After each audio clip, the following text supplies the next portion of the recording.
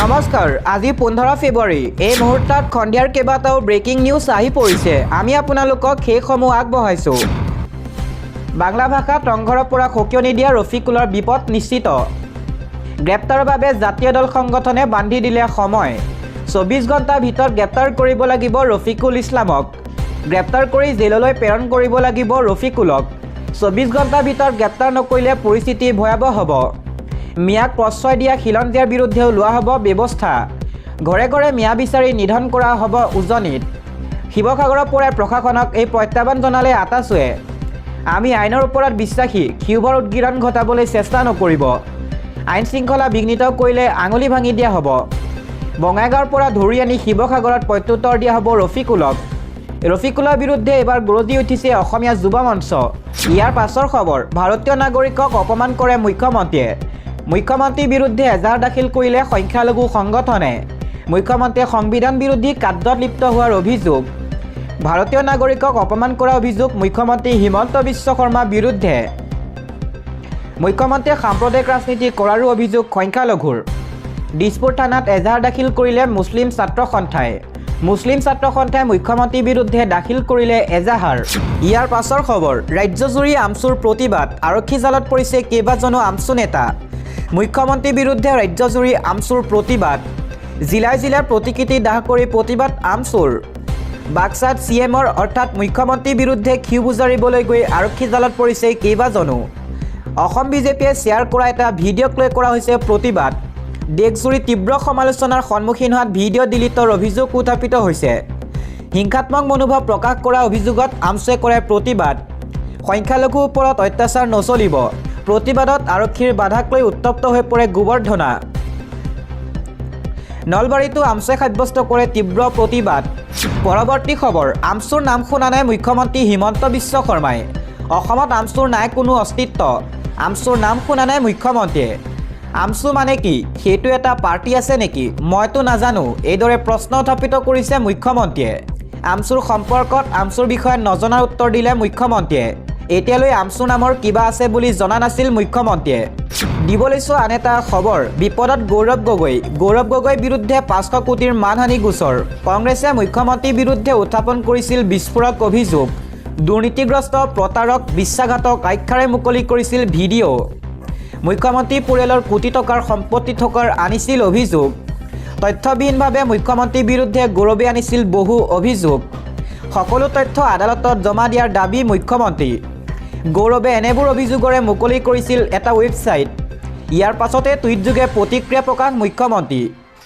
জিতেন্দ্ৰ সিং ভূপেশ বাঘেল আৰু গৌৰৱৰ বিৰুদ্ধে ৰুজু গোচৰ প্ৰদেশ কংগ্ৰেছৰ নেতৃত্বৰ বিৰুদ্ধে মানহানি গোচৰ তৰিলে মুখ্যমন্ত্ৰীয়ে আন এটা খবৰ জিলাই কৰ্তন কৰা হ'ল হাজাৰ লোকৰ নাম প্ৰকাশ চূড়ান্ত ভোটাৰ তালিকা এছআৰৰ জৰিয়তে ৰাজ্যজুৰি কৰ্তন কৰা হ'ল শ ভোটাৰৰ নাম চূড়ান্ত ভোটাৰ তালিকাৰ পৰা বাদ পৰিল বহু লোক এছআৰৰ ফৰ্ম 7 জমা দিয়া হৈছিল বহু লোকৰ বিৰুদ্ধে সন্দেহজনক ভোটাৰৰ নটিচ লাভ কৰা শ লোকৰ নাম কৰ্তন বিন্নাকান্দি হুজেল লামডিং সমষ্টিত কৰ্তন কৰা হৈছে 38,000 ভোটাৰৰ নাম লখিমপুৰৰ 5টা সমষ্টিৰ পৰা বাদ পৰিল 50,252 গৰাকী ভোটাৰৰ নাম আনপিনে লখিমপুৰত ভোটাৰ তালিকাত নতুনকৈ অন্তৰ্ভুক্ত কৰা হ'ল 19,399 গৰাকী তিনিচুকীয়াত 65,744 জন ভোটাৰৰ নাম কৰ্তন কৰা হ'ল আনপিনে তিনিচুকীয়াত অন্তৰ্ভুক্ত কৰা হ'ল 51,540 জন নতুন ভোটাৰ বাংলাদেশ সীমান্তৱৰ্তী মানকাছাত বৃদ্ধি কৰা হ'ল 6,000 ভোটাৰ সমষ্টিটোত নতুনকৈ অন্তৰ্ভুক্ত কৰা হ'ল 3,10,233 জন ভোটাৰ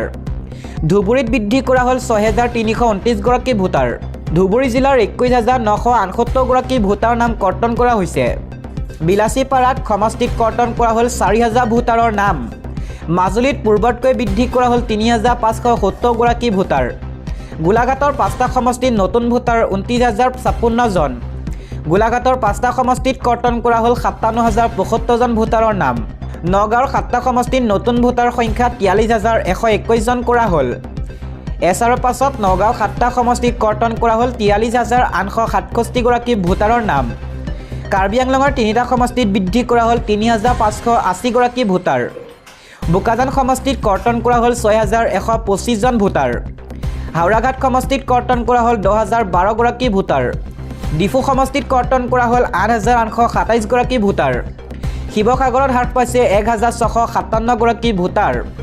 শিৱসাগৰত 21,393 গৰাকী ভোটাৰৰ নাম অন্তৰ্ভুক্ত কৰা হৈছে। শিৱসাগৰত ফৰ্ম 7ৰ জৰিয়তে কৰ্তন কৰা হ'ল 14,760 ভোটাৰৰ নাম।